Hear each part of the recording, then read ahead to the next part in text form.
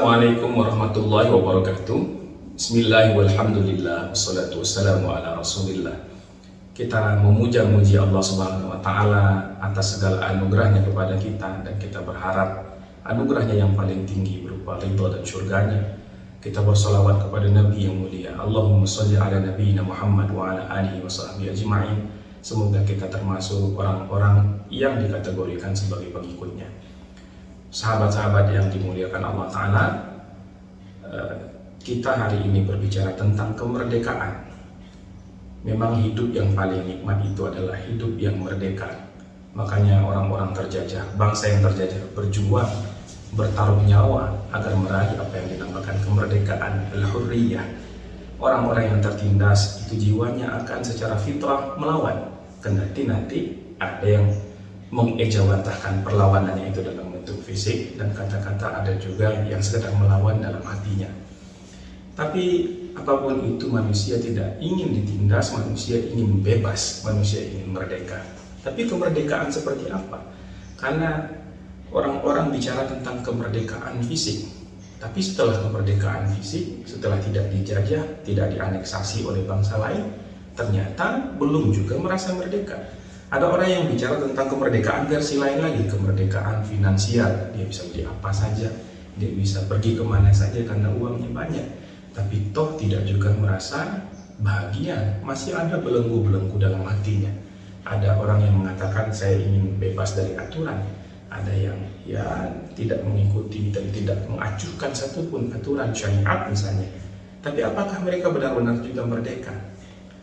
Ternyata kemerdekaan yang dicapai itu masih sajalah semu, belum sampai kepada merdeka yang hakiki, al-hurriyah al-haqiqiyah, belum sampai lagi kepada itu. Lalu bagaimana caranya untuk mencapai kemerdekaan itu, atau apa saja yang menghambat kita dari kemerdekaan itu? Ada 3 hal minimal yang membuat kita tidak kunjung menjadi insan yang merdeka. Yang pertama sekali adalah banyaknya kemauan. Karena kemauan itu adalah penjajahan atas jiwa kita sendiri. Manusia itu, kata Rasulullah SAW, kalau dia punya 2 lembah yang isinya emas seluruhnya, harta benda duniawi, dia pasti inginkan yang ketiga. Kenapa? Karena manusia tidak kenal rasa puas. Keinginan itu ingin dipuaskan, tapi kepuasan itu adalah pencapaian tanpa garis finish. Lalu selagi kita ingin mencapai tanpa pernah puas, kita terlalu banyak keinginan, ingin ini, ingin itu. Baru saja diberikan satu nikmat oleh Allah SWT, sudah berkehendak lagi kepada nikmat yang lain. Diberikan hal yang menjadi anugerah kita, pertama menikmatinya. Tidak lama setelah itu kita bosan, lalu kita memperlakukan anugerah itu sebagai sebuah musibah. Lalu kita ingin ganti lagi nikmat Allah SWT dengan yang lain. Berkejaran terus dengan kemauan tidak akan ada ujungnya, dan itu adalah sumber derita dan sumber ketersiksaan. Dia adalah lawan daripada kemerdekaan jiwa.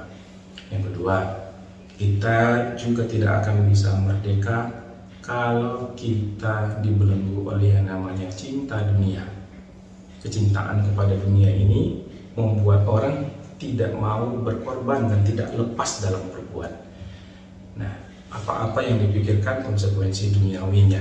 Ingin bertindak nggak bisa, nanti punya efek begini. Ingin bertindak B juga tidak bisa, nanti kehilangan peluang duniawi yang ini lagi. Maka kita senantiasa kikuk dalam bergerak, senantiasa menimbang-nimbang tanpa pernah usai. Kita tidak pernah mengikuti kata hati kita. Kita tidak mampu lagi untuk secara spontan berbuat baik, tidak mampu lagi untuk memilih dengan sebenar-benarnya pilihan yang sesuai dengan kehendak Allah SWT dan cocok dengan hati nurani kita. Pertimbangan-pertimbangan duniawi terlalu banyak dikarenakan apa? Karena kita takut kehilangan dunia, karena kita cinta sekali kepada dunia. Cinta dunia bisa bentuknya cinta kepada harta benda. Bertindak ini, takut nanti ada konsekuensi kepada usaha kita.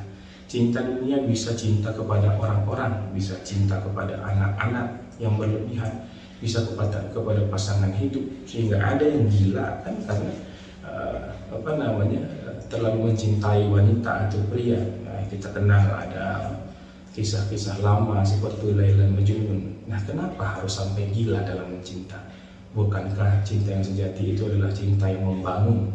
Dan cinta yang paling agung itu adalah cinta kepada Allah Subhanahu wa taala. Allah menggambarkan walladzina amanu, orang-orang yang betul-betul beriman itu asyaddu hubban lillah. Cintanya amat sangat kepada Allah Subhanahu wa taala. Ketika Allah sudah nampak, dia sudah membuka pintu hatinya kepada Allah Subhanahu wa taala, cintanya pun disambut oleh Allah Subhanahu wa taala, maka yang lain tidak ada lagi artinya. Nah, yang ketiga, setelah tadi ada orang yang banyak kemauan, ada yang cinta kepada dunia, perkara ketiga yang membuat kita juga tidak pernah merdeka adalah kepalsuan. Manusia sering menampilkan dirinya tidak sebagaimana dirinya sendiri, berlapis-lapis topengnya. Ada orang yang ingin terlihat begini di hadapan orang lain, padahal dia tidak seperti A yang ditunjukkannya, melainkan Z, jauh sekali. Maka orang yang merdeka itu adalah orang yang tampil apa adanya. Apa yang ada di dalam keluar seperti itu adanya. Tampilan zahirnya tidak berbeda dengan tampilan batinnya. Perkataannya adalah apa yang ada dalam pikiran dan keyakinannya. Dia tidak pandai bersilat kata. Dia tidak mengeluarkan kata-kata yang tidak dilakukannya. Allah mengatakan kabura maqtan innallahi an taqulu ma la taf'alun. Allah sangat tidak suka, sangat berang, sangat marah kepada orang yang tidak sesuai antara kata dan laku. Dan salah satu bentuk kemurkaan Allah Subhanahu wa taala itu adalah nanti hati orang itu dicerabut kemerdekaannya. Kenapa? Karena dia bertopeng. Dan kita manusia ini tidak disuruh oleh Allah bertopeng, kita disuruh jujur kepada diri. Sahabat-sahabat yang dimuliakan Allah Ta'ala, menjadi pribadi merdeka itu adalah salah satu nikmat yang tertinggi. Maka mari kita raih kemerdekaan diri di bulan yang suci ini. Betullah kita menghamba kepadanya saja sehingga dunia tampak kecil di mata kita. Syukurlah kita sedalam-dalamnya kepadanya sehingga nikmat-nikmat yang ada pada diri kita terasa cukup. Kita menjadi pribadi yang qanaah sehingga kita merdeka. Kita menghamba kepada Allah Subhanahu wa taala dan yakin bahwa Dia telah menjamin kita sehingga hilang ketakutan dan ketergantungan kita kepada dunia seluruhnya, dan kita menjadi diri kita sendiri, memperbaiki diri kita secara substantif, lalu kemudian kita tidak perlu berpura-pura lagi. Baiknya kita di hadapan manusia adalah selaras dengan kebaikan diri kita dan nilai diri kita di hadapan Allah Ta'ala. Mari kita menjadi pribadi yang merdeka. Mudah-mudahan bermanfaat. Assalamualaikum warahmatullahi wabarakatuh.